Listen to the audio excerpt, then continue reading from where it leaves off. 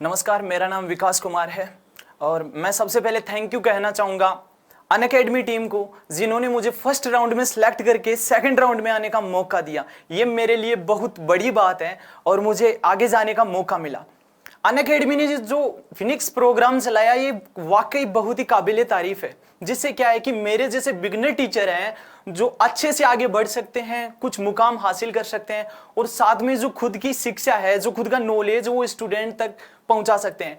जैसे ये अनअकैडमी का वैसे भी बिग प्लेटफॉर्म है जहां पे लाखों स्टूडेंट इनसे जुड़े हुए हैं, तो ये एक प्रकार का अचीवमेंट होगा कि अनअकैडमी जैसे बिग प्लेटफॉर्म के साथ मुझे जुड़ने का मौका मिलेगा। और यहाँ पे जो बेहतरीन एडुकेटर्स हैं, बेहतरीन से बेहतरीन जो एडुकेटर्स हैं, उनके साथ मुझे जुड़ने का मौका मिलेगा, साथ में बहुत कुछ मुझे सीखने का मौका मिलेगा। ये मेरे लिए बहुत बड़ा अचीवमेंट होगा और मैं अनअकैडमी टीम के साथ जुड़ना चाहूंगा तथा बहुत कुछ सीखना चाहूंगा और स्टूडेंट्स को सिखाना भी चाहूंगा।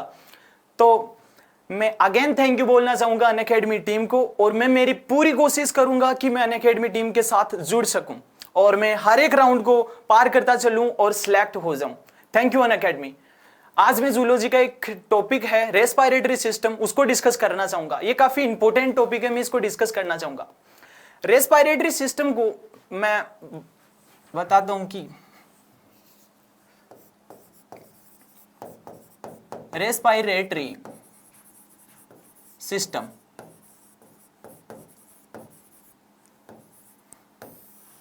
रेस्पिरेटरी सिस्टम को समझने से पहले हमें इसके रेस्पिरेशन को समझना पड़ेगा कि रेस्पिरेशन आखिर है क्या, इसके अंदर कौन से ऑर्गन है जो हिस्सा लेते हैं और किस प्रकार से ये क्रिया कंप्लीट होती है। तो सबसे पहले अपन को समझना होगा रेस्पिरेशन की क्रिया। चलो रेस्पिरेशन समझते हैं। रेस्पिरेशन के अंदर दो प्रोसेस होती है। पहली प्रोसेस इसके अंदर क्या होती है, ब्रीदिंग की प्रोसेस होती है और फिर सेकंड प्रोसेस इसमें क्या होती है, oxidation of food. Oxidation of food, oxidation of food, जहां पे ये दो प्रक्रिया रेस्पिरेशन के अंदर कंप्लीट होती है। पहला होता है ब्रीदिंग और सेकंड होता है ऑक्सीडेशन ऑफ फूड। अब इसको एक एक को समझेंगे तब जाकर के पूरी कंप्लीट इन दोनों की कंबाइंड डेफिनेशन किसकी बन जाएगी, रेस्पिरेशन की, यानी श्वसन की अपन डेफिनेशन इन दोनों प्रोसेस के द्वारा दे सकते हैं। अभी देखो ब्रीदिंग को अगर सबसे पहले ब्रीदिंग समझते हैं कि है क्या। ब्रीदिंग के अंदर दो अपन टर्म पढ़ने वाले हैं। पहली टर्म है इंस्पायरेशन और दूसरा अपन समझेंगे एक्सपायरेशन। अब ब्रीदिंग के अंदर अपन दो टर्म, पहली इंस्पायरेशन और दूसरी है एक्सपायरेशन, इसको समझते हैं। देखो इंस्पायरेशन का मतलब होता है, अब अपने वातावरण के अंदर क्या होता है कि गैसों का मिश्रण बना हुआ होता है। गैसों में क्या होता है, मिश्रण बना हुआ होता है। अब ऐसा तो है नहीं कि अपन उसमें से एक स्पेसिफिक गैस लेते हैं और अपनी रेस्पिरेशन के अंदर कंप्लीट पार्टिसिपेशन देते हैं, ऐसा तो कुछ होता नहीं है। इसमें अपनों को क्या होता है, जो वातावरण की सभी मिश्रित गैसें होती हैं, उनमें से जो हमारी बॉडी के लिए सर्वाइवल होता है, उस गैस को अपन क्या करते हैं, रेस्पिरेशन के अंदर भाग लेते हैं। वो बॉडी के अंदर सर्वाइवल हो, वही गैस अपने रेस्पिरेशन में हिस्सा लेती है। तो अब जब बात कर रहे हैं कि उस गैस की जो अपनी बॉडी के अंदर सर्वाइवल हो सके, तो मैं O2 और CO2 की बात करूंगा, यहां पे मिश्रित गैसों की मैं बात नहीं करने वाला हूं। तो इंस्पायरेशन में क्या होता है, वातावरण में जो भी वायु है, यानी वायु में कौन सी ले रहा हूं, अभी O2 ले रहा हूं, यानी कि ऑक्सीजन ले रहा हूं। वातावरण से ऑक्सीजन का अपन कुपिकाओं तक पहुंचा देते हैं, अपनी बॉडी के अंदर पहुंचा देते हैं। यही क्या होता है, इंस्पायरेशन। ठीक है, अभी सेकंड प्रोसेस को देखते हैं कि एक्सपायरेशन क्या है। अपनी बॉडी के अंदर जो CO2 बन चुकी है, जो कार्बन डाइऑक्साइड है, उसको बाहर फेंकना, अपनी बॉडी से बाहर फेंकना वातावरण में, क्या है, एक्सपायरेशन। तो ये दोनों टर्म मिलाकर के किसका निर्माण करती है, ब्रीदिंग का या संवादन का। नेक्स्ट जो प्रोसेस है इसके अंदर होती है ऑक्सीडेशन ऑफ फूड, यानी भोजन का ऑक्सीकरण। अब भोजन का ऑक्सीकरण के अंदर क्या होता है, भोजन के ऑक्सीकरण को समझने के लिए अपने को एक रिएक्शन समझनी होगी जो कि कंप्लीट ये बताता है कि किस प्रकार से पूर्ण ऑक्सीकरण होता है एक भोजन का, वो समझते हैं। भोजन के ऑक्सीडेशन के अंदर अब अपन क्या करते हैं, भोजन को ग्रहण करते हैं। भोजन जो भी ग्रहण करते हैं, अब उसका जो भी जटिल पदार्थ अपन ग्रहण करते हैं, उसको अपन सरल पदार्थों में बांटना ही क्या होता है, डाइजेशन होता है। उससे प्राप्त क्या होता है, अपने को मिनरल्स प्राप्त होते हैं, जरूरी जो आवश्यक पदार्थ होते हैं वो अपन क्या करते हैं, उसको एब्जॉर्ब कर लेते हैं। तो उस जो पोषक तत्व मिनरल्स अपन ने ग्रहण किए उसमें से एक एग्जांपल लेता हूं मैं, उसका ऑक्सीडेशन अपने को करना है, तो उसमें से एक एग्जांपल लेता हूं ग्लूकोज का, और ग्लूकोज का सूत्र क्या होता है C6H12O6। ये ग्लूकोज आ गया। अब इसमें किसके साथ ऑक्सीडेशन कराना है? अब ऑक्सीडेशन की बात आती है तो ऑक्सीजन के साथ ही इसका ऑक्सीकरण होगा। ऑक्सीजन का परोक्ष रूप होना चाहिए यहाँ पे, ऑक्सीजन का परोक्ष रूप यानी कि इसकी एक स्पेसिफिक मात्रा होनी चाहिए। तो 6 ऑक्सीजन के कण ले लेते हैं अपन, ठीक है। यहाँ पे 6 ग्लूकोज का 1 कण लेते हैं, ऑक्सीजन के 6 कण लेकर के अपन क्या करा देते हैं, रिएक्शन। अब ये सारी रिएक्शन कहां पे होंगी? मेन बात तो ये आती है कि ये जो रिएक्शन है ये कहां पे कंप्लीट होगी? तो ये होगी सेल के अंदर। रेस्पिरेशन जहां पे कंप्लीट होता है वो कौन सी जगह होती है? सेल होती है, ठीक है। अभी ऑक्सीडेशन के बाद में क्या बना सेल के अंदर? देखो एटीपी प्राप्त होती है अपने को, प्लस साथ में क्या प्राप्त होता है? 6CO2 प्लस क्या प्राप्त होता है? 6H2O, ठीक है। अपने को इस ग्लूकोज का जब अपन क्या करते हैं, ऑक्सीडेशन करते हैं, कुल मिला के जो फूड का ऑक्सीडेशन करते हैं, तो अपने को प्राप्त क्या होती है? एक तो एटीपी प्राप्त होती है, एक क्या प्राप्त होती है? CO2, और एक प्राप्त होता है अपने को H2O। देखो H2O और CO2 की अपन ने स्पेसिफिक मात्रा ले रखी है कितनी? 6 तो CO2 के कण प्राप्त होते हैं और 6 क्या होता है? H2O के कण अपने को प्राप्त होते हैं। अब इसमें क्या है? जल तो एक अच्छा विलायक है। जल क्या होता है? एक अच्छा विलायक होता है जो कि अपनी बॉडी के अंदर काम में ले लिया जाता है। लेकिन ये जो CO2 है, क्या ये काम में आएगी अपनी बॉडी के अंदर? इसको तो बाहर फेंकना है, ये कैसे काम में आ सकती है? नहीं आ सकती है ना। तो इसको तो क्या करना है? एक्सपायरेशन के द्वारा वातावरण में वापस से बाहर भेज दिया जाएगा, ठीक है। इसको बाहर वातावरण के अंदर इजेक्ट कर दिया जाएगा, एक्सपायरेशन कर दिया जाएगा इसका। अब क्या बची अपने? एटीपी। इन दोनों का मान तो क्या था? 6 था। इसके कण कितने हैं? 6 है। तो क्या एटीपी भी, ग्लूकोज के ऑक्सीडेशन से एटीपी भी समान मात्रा में या कुछ स्पेसिफिक मात्रा में प्राप्त होती है? तो हाँ बिल्कुल। कितना? 36 से 36 या 38 एटीपी अपने को प्राप्त होती है जब अपन ग्लूकोज का ऑक्सीडेशन करते हैं। इतनी एनर्जी अपने को प्राप्त होती है। यानी कि इसी मात्रा को अगर अपन देखें कैलोरी के अंदर, तो ये होती है 686 किलो कैलोरी, ठीक है। ये 686 किलो कैलोरी अब जब ग्लूकोज का ऑक्सीडेशन करते हैं तब अपने को प्राप्त होती है। ये टर्म, ये पूरी रिएक्शन अपने को क्या डेफिनेशन करती है? रेस्पिरेशन की असली परिभाषा ये यहां से बनती है कि अपन फूड का जो ऑक्सीडेशन करते हैं उसके बाद में जो एटीपी मिलती है और अंतिम प्रोडक्ट के रूप में अपने को CO2 यानी कार्बन डाइऑक्साइड और जल प्राप्त होता है। तो इस प्रकार से ये डेफिनेशन हुई अपने रेस्पिरेशन की या श्वसन की। अब अपन बात करें कि रेस्पिरेशन है क्या, आई मीन रेस्पिरेशन के अपन प्रकारों के बारे में बात करते हैं कि कितने प्रकार का होता है रेस्पिरेशन। तो रेस्पिरेशन 2 टाइप का होता है। 2 टाइप से अपन इसको पढ़ने वाले हैं, 2 टाइप्स ऑफ रेस्पिरेशन। पहला तो अपन जो पढ़ने वाले हैं वो है एरोबिक, एरोबिक रेस्पिरेशन, और दूसरा अपन एनएरोबिक रेस्पिरेशन पढ़ने वाले हैं, एनएरोबिक, एनएरोबिक रेस्पिरेशन, ठीक है। देखो एरोबिक यानी कि इसको क्या बोलते हैं? इसको ऑक्सीश्वसन भी बोलते हैं, ऑक्सीश्वसन, ऑक्सीश्वसन बोलते हैं। और इसको क्या बोलते हैं? अनोक्सीश्वसन। इसको क्या बोलते हैं? अनोक्सीश्वसन। अब इन दोनों के अंदर डिफरेंस क्या होता है ये समझना अपने लिए इंपॉर्टेंट होगा। ऑक्सीश्वसन के अंदर तो क्या होता है? ऑक्सी, अब अपने को पता है ऑक्सीजन की यहां पे उपस्थिति है, प्रेजेंस किसकी है? O2 की उपस्थिति है। अपने को शब्दों के अंदर पता चल रहा है कि ऑक्सीश्वसन है मतलब ऑक्सीजन की तो यहां पे प्रेजेंस है। जबकि यहां पे देखो अनोक्सी यानी ऑक्सीजन है जो एब्सेंट है, ऑक्सीजन एब्सेंट है यानी कि O2 की यहां क्या है? अनुपस्थिति है, ठीक है। अब देखो ऑक्सीश्वसन के अंदर एक बहुत ही मतलब ये प्रोसेस है, ये जो रेस्पिरेशन है कमाल का प्रोसेस है, मतलब ये इंपॉर्टेंट है अपनी बॉडी के लिए। कैसे? एरोबिक में ऑक्सीजन की भूमिका होती है। तो पहले जो रिएक्शन पढ़ी थी अपने वो क्या थी? फूड का ऑक्सीडेशन, और फूड का ऑक्सीडेशन करने के लिए ऑक्सीजन की आवश्यकता थी, जिससे क्या हुआ? भोजन का पूर्ण ऑक्सीडेशन हुआ। भोजन का क्या हुआ? पूर्ण ऑक्सीडेशन हुआ। तो भोजन के पूर्ण ऑक्सीडेशन के लिए भोजन के क्या करता है? पूर्ण ऑक्सीडेशन करता है। ये पूर्ण ऑक्सीडेशन में सहायक होता है कौन? रेस्पिरेशन। कौन से वाला? एरोबिक या ऑक्सीश्वसन भोजन का पूर्ण ऑक्सीकरण कराने में सहायक होता है, ठीक है। अब देखो ये जब इसके अंदर ऑक्सीजन सहायक ही नहीं होती है तो ये भोजन का पूर्ण ऑक्सीडेशन कराने में सहायता प्रदान नहीं करता है। अब अपन जब एरोबिक ऑक्सीडेशन की बात करें कि ये होती किन में है? जो अच्छे मतलब अपने में ये ऑक्सीसोसन ही होता है, अपने अंदर ऑक्सीसोसन नहीं होता है।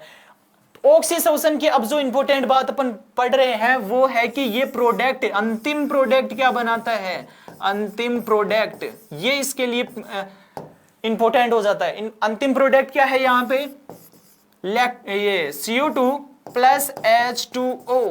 ऑक्सीसोसन के अंदर अंतिम प्रोडक्ट क्या बनता है, CO2 और H2O, जबकि ये एनाएरोबिक श्वसन या अनोक्सी श्वसन के अंदर अंतिम प्रोडक्ट के रूप में क्या बनता है, ethyl alcohol C2H5OH plus CO2।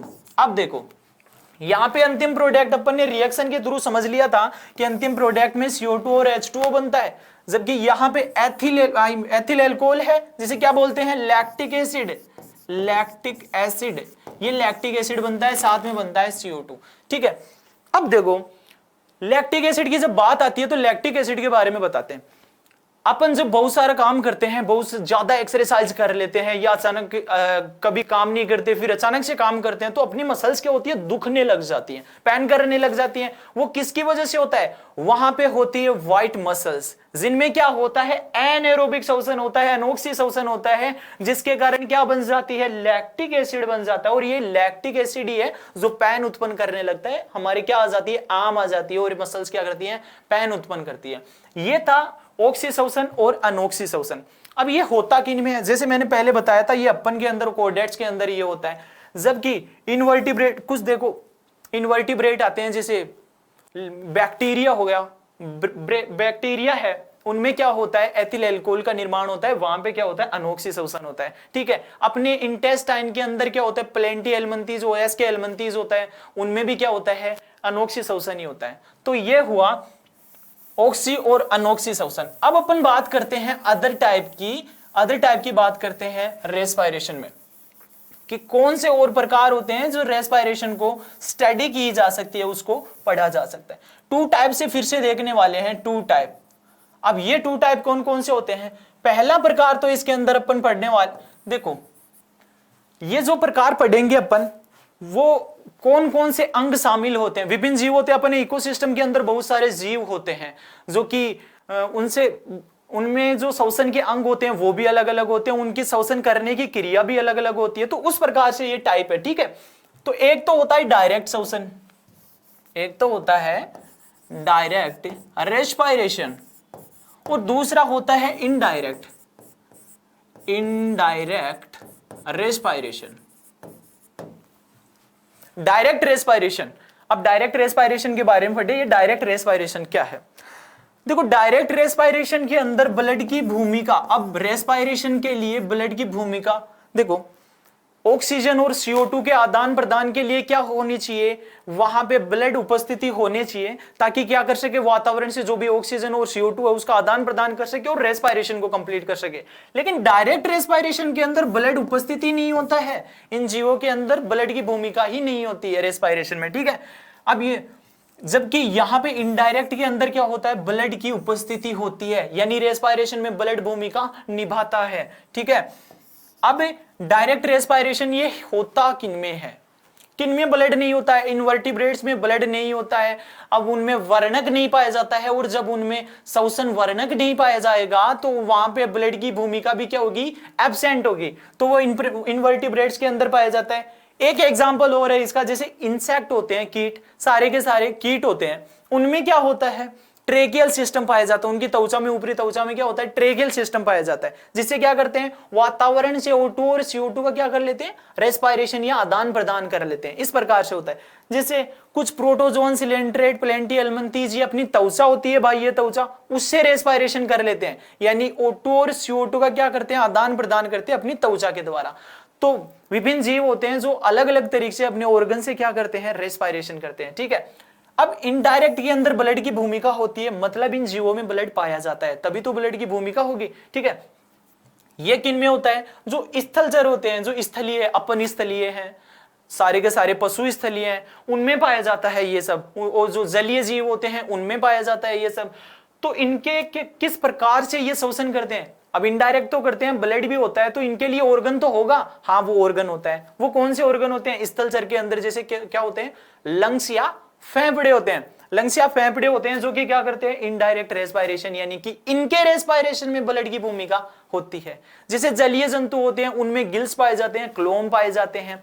एक एनिलिडा का सदस्य है जो किसानों का मित्र है, केंचुआ, उसमें क्या होता है, उसकी आर्द्र क्यूटिकल के द्वारा O2 और CO2 का क्या कर लिया जाता है, आदान प्रदान कर लिया जाता है, यानी कि रेस्पिरेशन कंप्लीट किया जाता है। ऐसे एक मेंढक होता है जो अपनी आर्द्र क्यूटिकल के द्वारा क्या करता है, रेस्पिरेशन कंप्लीट करता है। तो ये थे डायरेक्ट रेस्पिरेशन और इनडायरेक्ट रेस्पिरेशन। अब अपन बात करते हैं ह्यूमन के अंदर। अपन ह्यूमन में रेस्पिरेशन को अच्छे से पढ़ेंगे कि ह्यूमन में रेस्पिरेशन कैसे कंप्लीट होता है। तो respiration in human, respiration in human, देखो ह्यूमन में रेस्पिरेशन की एक बहुत जटिल प्रक्रिया है लेकिन सिस्टमेटिक प्रक्रिया है। किस प्रकार से, यानी ये क्रम से, क्रमानुसार गठित होने वाली क्रिया होती है। अब रेस्पिरेशन ह्यूमन में पढ़ेंगे तो इससे पहले कौन कौन से ऑर्गन इसके अंदर शामिल होने वाले हैं वो भी अपन देखेंगे। तो पहला जो ऑर्गन इसके अंदर आता है वो अपन बात करेंगे बाह्य नासारंध्र की, बाह्य नासारंध्र। बाह्य नासारंध्र के बारे में बात करें तो ये एक जोड़ी होते हैं, ठीक है, अपने होठों के ऊपर स्थित होते हैं और एक जोड़ी होते हैं और इन्हें क्या बोला जाता है, डाईराइनस, डाईराइनस बोला जाता है इन्हें, ठीक है, डाईराइनस बोला जाता है। अब दूसरा भाग की बात करेंगे, यानी कि सबसे पहले जो वायु प्रवेश करती है वो किसके द्वारा, बाह्य नासा छिद्रों के द्वारा। कितने होते हैं, एक जोड़ी होते हैं, यानी 2 नासा छिद्र होते हैं जिनसे क्या होती है, वायु प्रवेश करती है और इसे डाईराइनस बोलते हैं। अब दूसरा ये क्या बनाते हैं, नेजल चैम्बर, नेजल चैम्बर, यानी नासा कक्ष का निर्माण करते हैं। ये आगे जाकर के नासा कक्ष का निर्माण करते हैं, नेजल चैम्बर का निर्माण करते हैं। अब नेजल चैम्बर के बहुत इंपोर्टेंट कार्य होते हैं। कौन कौन से इंपोर्टेंट कार्य होते हैं, देखिए पहला तो इसका जो इंपोर्टेंट कार्य होता है कि इसमें रोम पाए जाते हैं। इसमें क्या पाए जाते हैं, हेयर पाए जाते हैं, रोम पाए जाते हैं। अब वायु, अब जब अपन ग्रहण करते हैं उसके अंदर महीन पार्टिकल्स होते हैं, माइक्रोलेट्स होते हैं, बहुत सारे धूल मिट्टी के कण होते हैं, उनको रोकने के लिए अपने नासा कक्ष के अंदर क्या पाए जाते हैं, बाल छोटे छोटे पाए जाते हैं, महीन रोम पाए जाते हैं जो कि वायु को क्या करते हैं, फिल्टर। तो इसका मतलब जो हेयर होते हैं वो फिल्टर का काम करते हैं, क्या करते हैं, अपनी वायु को फिल्टर करने का कार्य करते हैं। दूसरा नासा कक्ष का जो कार्य होता है इसके अंदर पाया जाता है, गर्म वायु को ठंडा करने के लिए टर्बाइनल लगा हुआ होता है। उस टर्बाइनल को क्या बोलते हैं, एथमो टर्बाइनल, एथमो टर्बाइनल। ये क्या करता है, वायु, गर्म वायु को क्या कर देता है, ठंडी कर देता है। एथमो टर्बाइनल गर्म को ठंडी कर देता है। तीसरा इसका फंक्शन है जो कि बहुत ही महत्वपूर्ण होता है, इसमें पाई जाती है सिनिडेरियन झिल्ली, सिनिडेरियन झिल्ली। अब इस सिनिडेरियन झिल्ली को क्या बोला जाता है, एक नाम और है इसका जिसे क्या बोला जाता है, घ्राण उपकला, घ्राण उपकला। अब इसके इंपोर्टेंट कार्य, सिनिडेरियन झिल्ली इंपोर्टेंट होती है, क्यों, देखो जब अपन श्वसन लेते हैं तो उसमें अपने को गंध का पता चलता है, स्मेल का पता चलता है, ये कैसी तीखी गंध है, मीठी गंध है, इस प्रकार गंध का अपने को पता चलता है। वो किसकी बदौलत होता है, वो सिनिडेरियन झिल्ली की बदौलत होता है, ठीक है। तो सिनिडेरियन का क्या हो गया, बहुत ही इंपॉर्टेंट रोल प्ले हो गया। अब कभी कभी सिनिडेरियन झिल्ली में क्या होता है, इन्फेक्शन हो जाता है, राइनो वायरस इसको क्या कर देता है, इन्फेक्टिव कर देता है, इन्फ्लुएंजा इसको इन्फेक्शन करने के बाद में इसमें क्या आ जाती है, स्वेलिंग आ जाती है, सूजन आ जाती है, जिससे अपने नासा छिद्र बंद हो जाते हैं और हमें श्वास लेने में दिक्कत उत्पन्न होती है, कठिनाई उत्पन्न होती है। तो ये तीसरा, ये दूसरा हो गया नेजल चैम्बर। अब इसके बाद में तीसरा जो भाग है वो पढ़ेंगे अपन फेरिंग्स पार्ट, फेरिंग्स, फेरिंग्स या फिर मैं बोल दूं इसको ग्रसनी। अब पढ़ेंगे ग्रसनी। ग्रसनी क्या है, देखो ग्रसनी का भी बहुत इंपॉर्टेंट रोल प्ले है। इसके अंदर क्या होता है, जो नेजल चैम्बर का एक भाग नासा ग्रसनी के अंदर आकर खुलता है। अब ग्रसनी क्या होती है कि फूड के लिए और प्लस श्वसन के लिए एक उभयनिष्ठ मार्ग प्रदान करता है, फूड और श्वसन के लिए उभयनिष्ठ मार्ग प्रदान करता है। अब जब ये बात आई कि उभयनिष्ठ मार्ग प्रदान करता है दोनों के लिए, तो क्वेश्चन बनता है कि जो फूड है नासा ग्रसनी से होता हुआ अपने ट्रेकिया में यानी कि श्वसन नली में जाना चाहिए और वहां फेफड़ों में इकट्ठा हो जाना चाहिए था, लेकिन ऐसा नहीं होता है। इसका भी एक तोड़ है क्या, देखो जैसे ये क्या है, यहां पे ग्रसनी भाग होता है। और इस ग्रसनी भाग के अंदर दो क्या होते हैं, छिद्र बने होते हैं। और ये छिद्र या मुख जाकर के किसमें खुलते हैं, ये अलग अलग होते हैं, दो नलिकाओं में जाकर खुलते हैं। जो आगे की तरफ अधर भाग में होती है उसे तो क्या बोला जाता है, ग्लोटिस। ग्लोटिस। ये जो डोर्सल साइड में होता है उसे क्या बोला जाता है, ग्लेट या निंगलन द्वार। इस छिद्र को क्या बोला जाता है, निंगलन द्वार। ये होता है निंगलन द्वार, जहां से भोजन को निंगला जाता है, अंदर लिया जाता है। इसे क्या बोला जाता है, ओइसोफेगस या गर्शिका। ये निंगलन द्वार किसमें खुलता है, ओइसोफेगस या गर्शिका के अंदर, गर्शिका में खुल गया। अब देखो भोजन, अब श्वसन ऊपर, नासा छिद्र कहां पे है, मुख के ऊपर है, जबकि मुख कहां पे है, नीचे। अब ये भोजन जैसे ही ग्रहण करते हैं अपन, तो यहां पे आना चाहिए, यानी कि एलिमेंट्री कैनाल में जाने के लिए गर्शिका भाग में जाना चाहिए था। ठीक है, तो अपने क्वेश्चन बनता है कि इसमें भी तो आ सकता है, लेकिन इसमें क्यों नहीं जाता है, उसके पीछे का रीजन है। इसके पीछे का एक रीजन है, देखो इसके पीछे का एक रीजन है कि यहां पे जो ट्रेकिया होता है वहां पे एक पल्ला लगा हुआ होता है, उपास्थि में एक पल्ला होता है जिसका नाम है एपिग्लोटिस। एपिग्लोटिस। ये एपिग्लोटिस भाग क्या करता है, इस ग्लोटिस भाग को जैसे ही भोजन अपने मुख में आता है, ग्रसनी भाग में यहां पे आता है, और ये क्या कर लिया जाता है, इस पल्ले के द्वारा इसको ढक लिया जाता है। अब ये पल्ला ढक लिया, इसको पल्ला ढकने से क्या होगा, भोजन इस ट्रेकिया भाग के अंदर, ये जो ट्रेकिया भाग में उसमें नहीं जाएगा, और भोजन किस में चला जाएगा, अब भोजन चला जाएगा यहां पे ग्रसनी भाग या एलिमेंट्री कैनाल के अंदर चला जाता है। यानी कि जैसे ही भोजन आता है और ये एपिग्लोटिस भाग इसको ढक लेता है, एपिग्लोटिस के ढकने से ट्रेकिया बंद हो जाता है और वहां पे भोजन प्रवेश नहीं कर पाता है। और श्वसन चला जाता है किसमें, श्वसन आते वक्त ये एपिग्लोटिस भाग नहीं ढकता है। ठीक है, और श्वसन की क्रिया आगे चली जाती है किस भाग में, ग्लोटिस से होती हुई अपने श्वास नली या ट्रेकिया में चली जाती। तो ये थी अपनी ग्रसनी। ठीक है, जो कि दोनों के लिए क्या करता है, उभयनिष्ठ मार्ग प्रदान कराती है, भोजन और श्वसन के लिए। अब अपन पढ़ते हैं लैरिंग्स। लैरिंग्स चौथा पार्ट इसका पढ़ते हैं, लैरिंग्स। अब ये लैरिंग्स क्या है, लैरिंग्स अपन पढ़ते हैं। लैरिंग्स को बोला जाता है साउंड बॉक्स, वॉइस बॉक्स, या फिर क्या बोलते हैं इसको, कंठ, या इसको क्या बोलते हैं, वॉइस बॉक्स या साउंड बॉक्स भी इसे बोला जाता है। साउंड बॉक्स या वॉइस बॉक्स इसलिए बोला जाता है कि यहां से जो वायु आती है इसमें वोकल कॉर्ड पाया जाता है, जिससे वाइब्रेशन उत्पन्न होते हैं, और बाहर निकलते वक्त अपनी जीभ, दांत और होठ उसको, इन वाइब्रेशंस को किसमें बदल देते हैं, ध्वनि के अंदर बदलते हैं, शब्दों में, जिसे भाषा बोला जाता है उसमें चेंज कर दिया जाता है इस कंठ के द्वारा। अब ये कंठ क्या होते हैं, पूरे के पूरे कार्टिलेजिनियस होते हैं, यानी उपास्थि में होते हैं। सारे किससे बने हुए होते हैं, कार्टिलेज से, यानी उपास्थि से मिलकर बने होते हैं। इसमें एक सबसे बड़ी कार्टिलेज पाई जाती है जिसका नाम क्या है, थायराइड कार्टिलेज। Thyroid cartilage. ये थायराइड कार्टिलेज क्या करती है, देखो ये इसका जो अग्रभाग होता है, थायराइड कार्टिलेज लार्जेस्ट होती है, लार्जेस्ट कार्टिलेज होती है कंठ की, और इसका जो आगे का भाग होता है वो फूल जाता है और नर के अंदर क्या बना लेता है, एडम एप्पल का निर्माण कर लेता है। किसका निर्माण कर लेता है ये नर के अंदर, एडम एप्पल का, एडम्स एप्पल का निर्माण कर लेता है। ये जो भाग होता है वो मादाओं के अंदर विकसित नहीं होता है। सेकेंडरी गौण लैंगिक उत्पन्न करता है थायराइड कार्टिलेज।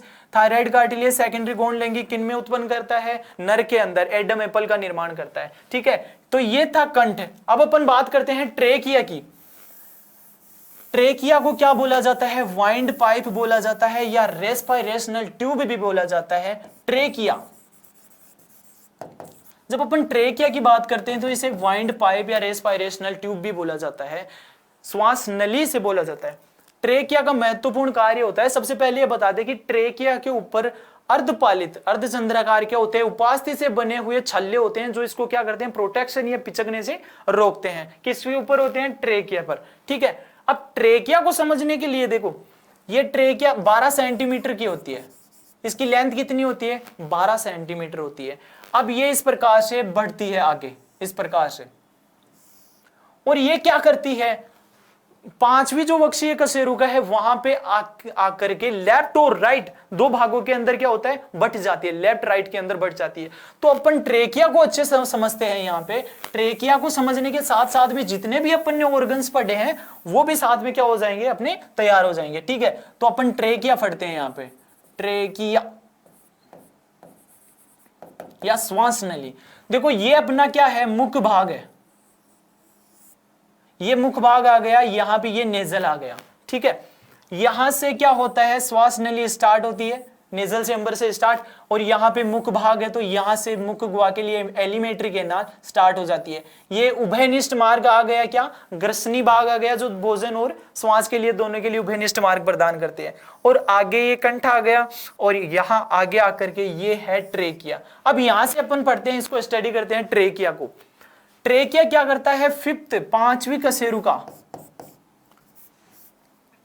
ये जो अपने वक्ष की पांचवी कशेरुका होती है वहां पे आके लेफ्ट और राइट भागों के अंदर डिवाइड हो जाता है। किस प्रकार से, देखो लेफ्ट और राइट के अंदर विभाजित हो जाती है। ये इसका राइट भाग है, ये इसका दायां भाग हो गया, ये इसका बायां भाग हो गया, लेफ्ट भाग हो गया। इस प्रकार से विभाजित हो जाती है।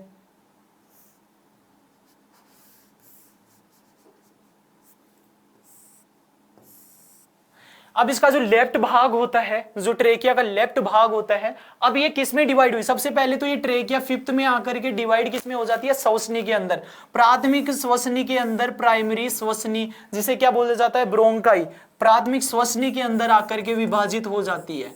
ठीक है, लेफ्ट और राइट के अंदर।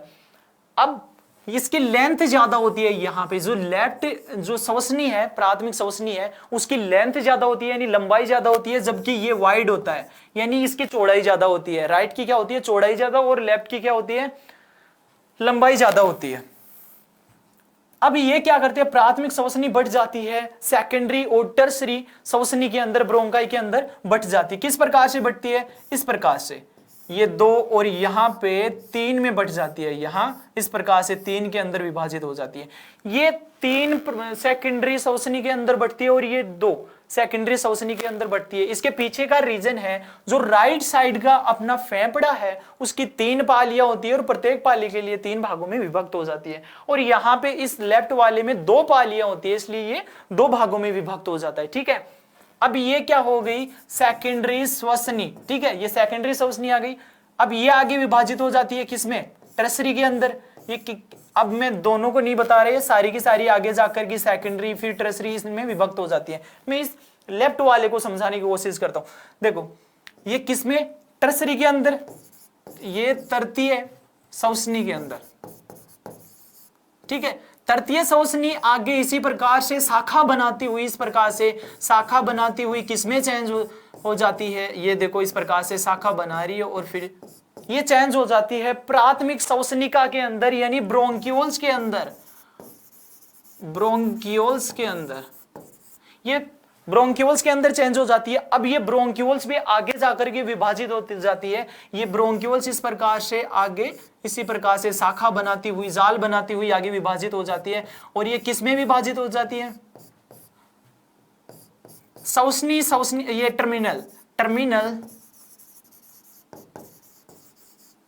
ब्रोंकियोल्स के अंदर, टर्मिनल ब्रोंकियोल्स के अंदर, यानी कि अंतस्थ श्वसनिका के अंदर विभाजित हो जाती है ब्रोंकियोल्स। ठीक है, अब यहां से जो टर्मिनल ब्रोंकियोल्स है वो आगे जाकर विभाजित हो जाती है कहां पे, श्वसनी श्वसनिका के अंदर, श्वसनी श्वसनिका, श्वसनी श्वसनिका के अंदर जाकर के विभाजित हो जाती है। अब ये जो श्वसनी श्वसनिका है वो लास्ट में जाकर के ये जो कूपिका की जो नलिका होती है उसमें विभाजित हो जाती है। किसमें, कूपिका की नलिका या डक्ट के अंदर। फिर आगे जाकर ये थैलीनुमा संरचना कूपिका के अंदर बन जाती है। किसमें कन्वर्ट हो जाती है, ये कूपिका के अंदर, ये कन्वर्ट हो जाती है कूपिका के अंदर। देखो इस प्रकार से क्या हो जाता है, एक ट्री का निर्माण हो जाता है, और इनमें जो आगे विभाजित हो के ये ऐसे विभाजित हो गए, लास्ट में क्या बन जाता है, कूपिका, जो क्या है, रेस्पिरेशन की इकाई होती है, या फिर फेफड़ों की संरचनात्मक और क्रियात्मक इकाई होती है कूपिका। ऐसे अपने फेफड़ों के अंदर 300 से 350 मिलियन कूपिकाएं पाई जाती हैं, जो कि क्या करते हैं, वायु का आदान प्रदान करने में सहायक होती है, इसलिए क्या बोला जाता है इसको, रेस्पायरेशन की यूनिट, रेस्पायरेशन की इकाई। ठीक है, अब देखो इस फेफड़े की बात करते हैं। अब ये तो हो गया पूरा ट्रेकियल सिस्टम। अब ट्रेकिया जहां से स्टार्ट होता है ना, वहां पे क्या होते हैं, मैंने छल्ले बताए थे, इस प्रकार से अर्धचंद्राकार छल्ले पाए जाते हैं। ये अर्धचंद्राकार छल्ले पाए कहां तक जाते हैं, ये यहां तक पाए जाते हैं जहां पर श्वसनी होती है, जहां पे श्वसनी खत्म होती है, या फिर मैं बोलूं प्राथमिक श्वसनिका तक ये छल्ले पाए जाते हैं। इस प्रकार से इस तरफ भी प्राथमिक श्वसनिका तक क्या पाए जाते हैं, ये छल्ले पाए जाते हैं, उपास्थि से बने हुए होते हैं जो कि इसको पिचकने से रोकते हैं। अब ये देखो इधर का फेफड़ा आ गया, ये इधर का फेफड़ा आ गया, और ये इधर का फेफड़ा आ गया। ये इधर का फेफड़ा थोड़ा सा यहां पे ऐसा होता है, इस प्रकार से। ये इस प्रकार से क्यों होता है, यहां पे ये भाग होता है, इसे कहते हैं मीडिया स्टेनम भाग। मीडिया स्टेनम भाग बोला जाता है, यानी कि मध्यांश। यहां पे क्या पाया जाता है, हार्ट पाया जाता है। ये क्या है, हार्ट। अपना हृदय उपस्थित होता है इस तरफ, ठीक है, इसलिए ये थोड़ा सा इस तरफ है।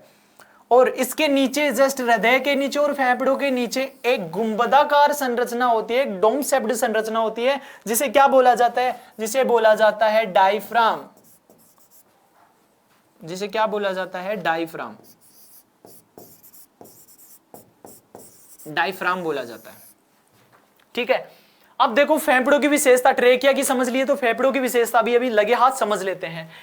जो फेफड़े होते हैं वो एक वायुरोधी कोष होते हैं, वायुरोधी कोष होते हैं जिसमें क्या भरती है, वायु भरती है।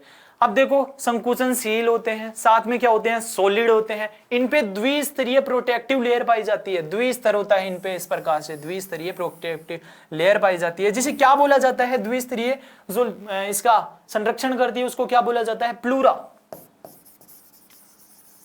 प्लूरा, प्लूरा के द्विस्तरीय आवरण होता है। अब देखो द्विस्तरीय बोला है, मतलब जो बाह्य स्तर होता है इसे तो क्या बोलते हैं, पेराइटल। और जो आंतरिक स्तर होता है इसका, आंतरिक जो लेयर होती है उसे क्या बोला जाता है, विसरल।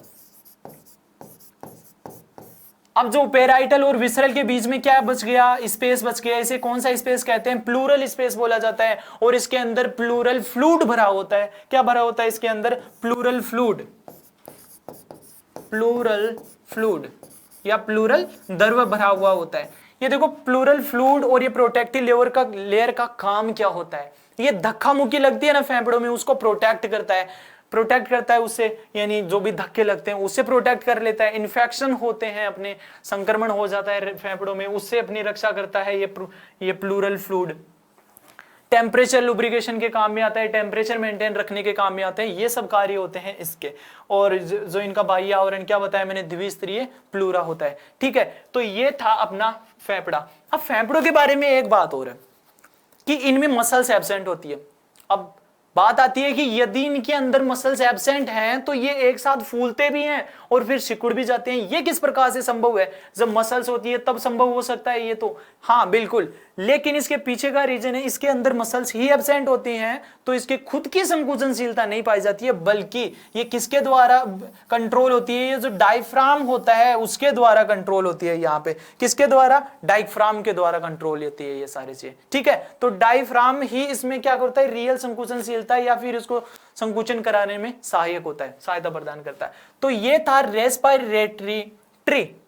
ठीक है, अब अपन देखते हैं कि ये जो यहां ये नेजल द्वार जो बाह्य नासारंध्र से लेकर के यहां तक का जो अंतस्थ श्वसनिका थी, अंतस्थ श्वसनिका ये रही टर्मिनल जो ब्रोंकियोल्स थी वहां तक का भाग, और ये जो नीचे उसके बाद में श्वसनिका से कूपिकाओं तक का भाग, इसको दो भागों में बांटा जाता है। कौन कौन से हैं वो दो भाग,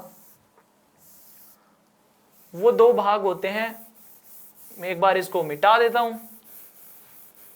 पहला भाग होता है उसमें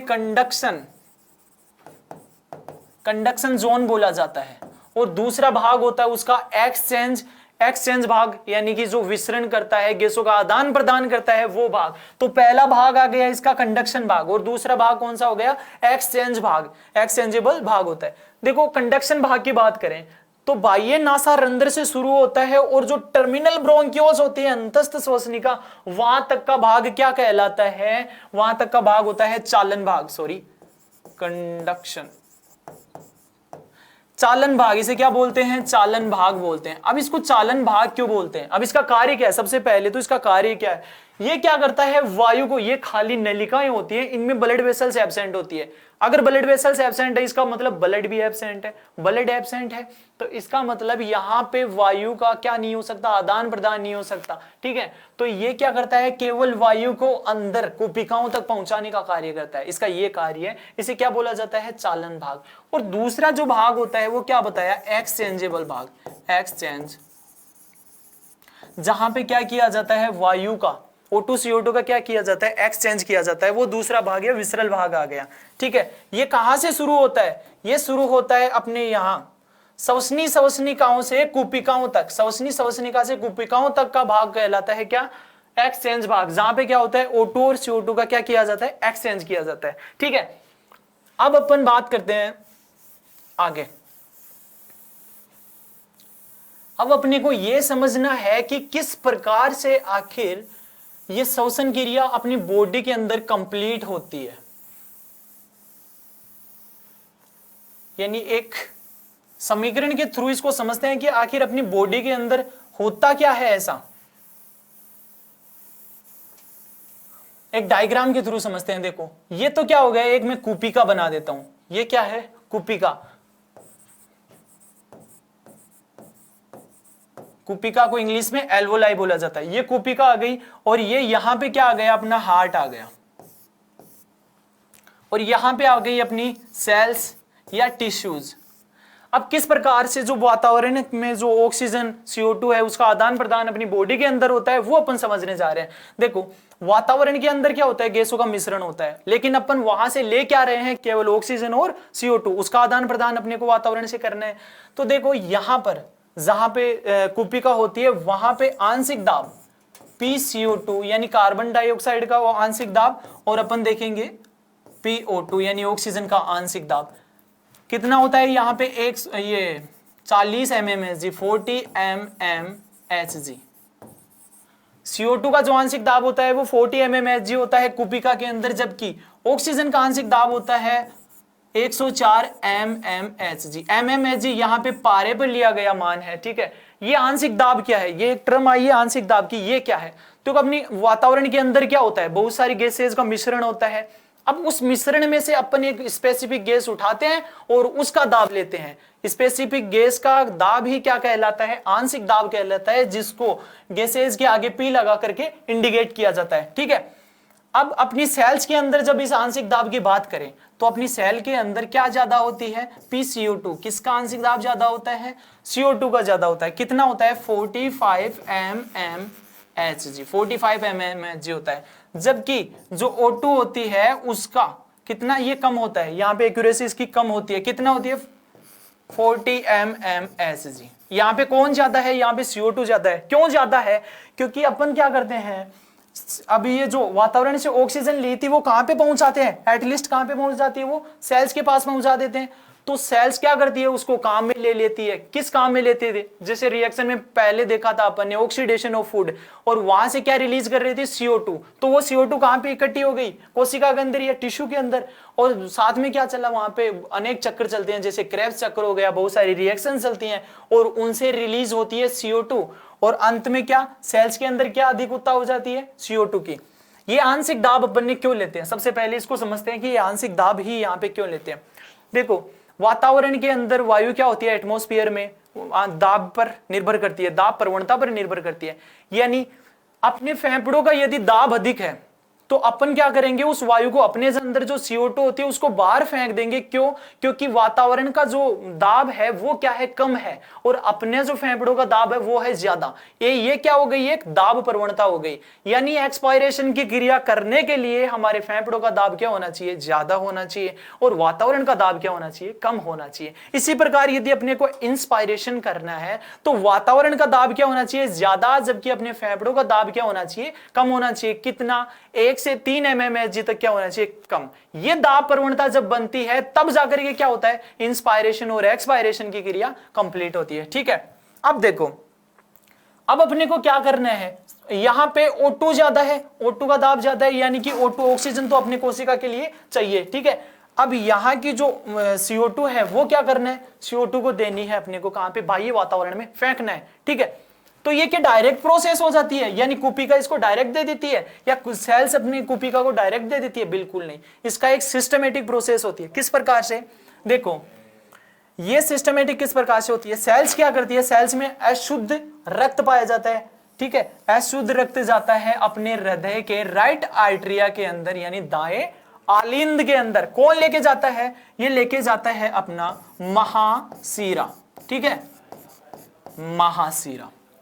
ये महाशिरा, अब जैसे ही ब्लड कहां पे आ जाता है, राइट आर्टरिया में, वहां से कहां पे चला जाता है, राइट वेंट्रिकल के अंदर, राइट वेंट्रिकल के अंदर यानी कि दाएं निलय में, दाएं निलय से पहुंच जाता है कुपिकाओं के पास। कुपिकाओं के पास जो लेके जाता है उस वाहिनी को क्या बोलते हैं, फुफ्फुसीय, फुफ्फुसीय धमनी, फुफ्फुसीय धमनी। अब जब बात आती है धमनी की, तो अपन ने तो ये पढ़ रखा है कि धमनी तो शुद्ध रक्त लेके जाती हैं, फिर यहाँ पे तो ये अभी तक तो अशुद्धि है, क्योंकि हृदय ने तो केवल ब्लड को पंप किया है, ना कि उसको शुद्ध किया है।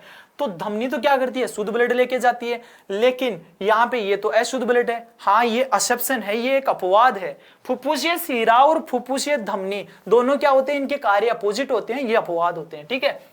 अब क्या करते हैं, इस यहाँ पे प्रवणता किसकी ज्यादा है भाई, आंशिक दाब किसका ज्यादा है, O2 का, O2 का ज्यादा है, यानी कि, और यहाँ पे क्या है, यहाँ पे यानी कि अशुद्ध ब्लड के अंदर CO2 ज्यादा है। अब अपने को क्या करना है, CO2 कुपिका को दे देना है और कुपिका से ऑक्सीजन ले लेना है, बस अपना ये काम हो जाएगा। फिर ये ले लिए सर, यहाँ से CO2 तो दे दिए इसको, CO2 दे दिया इसको ब्लड वेसल से, ठीक है, और यहां से क्या ले लिया ब्लड वेसल के अंदर, O2, बस अपना काम हो गया, O2 ले लिया यहां पर। अब ये क्या हो गया, ऑक्सीजनित या शुद्ध रक्त हो गया। अब ये फुफ्फुसीय शिरा के द्वारा, फुफ्फुसीय शिरा के द्वारा पहुंचा दिया जाता है कहां पे, लेफ्ट आर्टरिया के अंदर, बाएं आलिंद के अंदर पहुंचा दिया जाता है। अभी ये शुद्ध है, कहां से हुआ, कुपिका ने ऑक्सीजन दे दी और ये ऑक्सीजन आते ऑक्सीजनित ब्लड हो गया, और ये क्या हो गया, अपना शुद्ध ब्लड हो गया, ठीक है। अब ये कहां पे आ जाता है, लेफ्ट वेंट्रिकल के अंदर, लेफ्ट वेंट्रिकल से पहुंचा दिया जाता है, यहां पे लेफ्ट वेंट्रिकल में पहुंचा दिया जाता है, जो कि ऑक्सीजनित ब्लड है। अब पहुंचा दिया जाता है कहां पे, सेल्स तक पहुंचा दिया जाता है, ये अपनी बॉडी तक, अपने टिश्यूज तक पहुंचा दिया जाता है, ठीक है। अब ये साइकिल क्या हो जाता है अपना कंप्लीट।